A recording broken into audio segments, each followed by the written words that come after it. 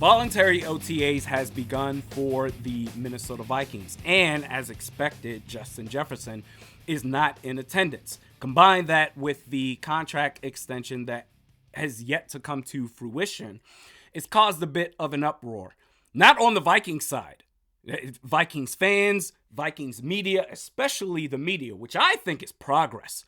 Because in years past, if a notable player was not in attendance for voluntary OTAs, you'd see some columns talking about this player's under contract. He's supposed to be a leader, lead by example. It's setting a bad precedence. None of that.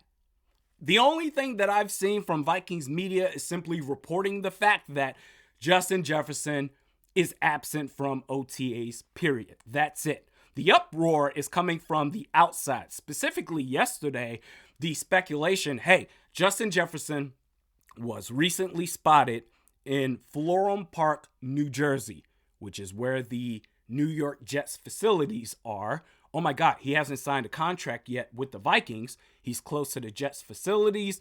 The Jets clearly should trade for Justin Jefferson. That was a thing yesterday, which to me is a prime example of clickbait. And I say that fully aware, ironically enough, as a content creator. I can't stand clickbait. And when I say clickbait, I mean saying stuff for the sake of saying stuff, even if you don't believe what it is that you're saying, to try to elicit reactions. Engagement farming. One of the reasons why I've never declared myself as a daily Vikings YouTuber, and make no mistake about it, I'm not throwing shade at anybody. I'm only speaking for me. One of the reasons why I've never done that is if I'm going to talk about a topic, I have to be genuinely interested in that topic, and it has to make sense. I never want to waste you, the viewer's time. Right now, especially when we're in the thick of the off season, oh man, these personal daily quotas that I've set for myself. Well, let's talk about the fourth string center and his upbringing and why I think he's going to make the team, even though he's probably not. I never want to do that because that's doing that in bad faith. This is an example of clickbait. Oh, Justin Jefferson was recently spotted in Florham Park, New Jersey, so clearly he's trying to work something out with the Jets. Make it happen, New York Jets. What?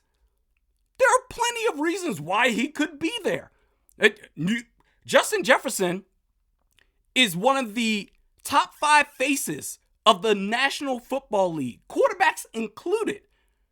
New Jersey's close to New York. This man could be filming commercials. He's a star doing sponsorship deals. Or the Wolf brothers, Mark and Ziggy Wolf, they're from New Jersey. He could be hanging out with them.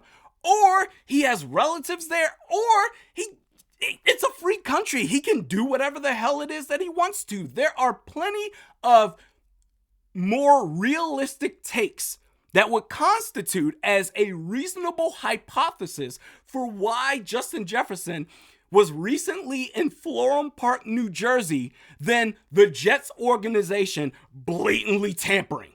Oh, you're under contract with the Vikings? Oh, that's crazy. Hey, let's set up a meeting and have a cup of coffee and talk about how we can put you in a Jets uniform. See how stupid that sounds?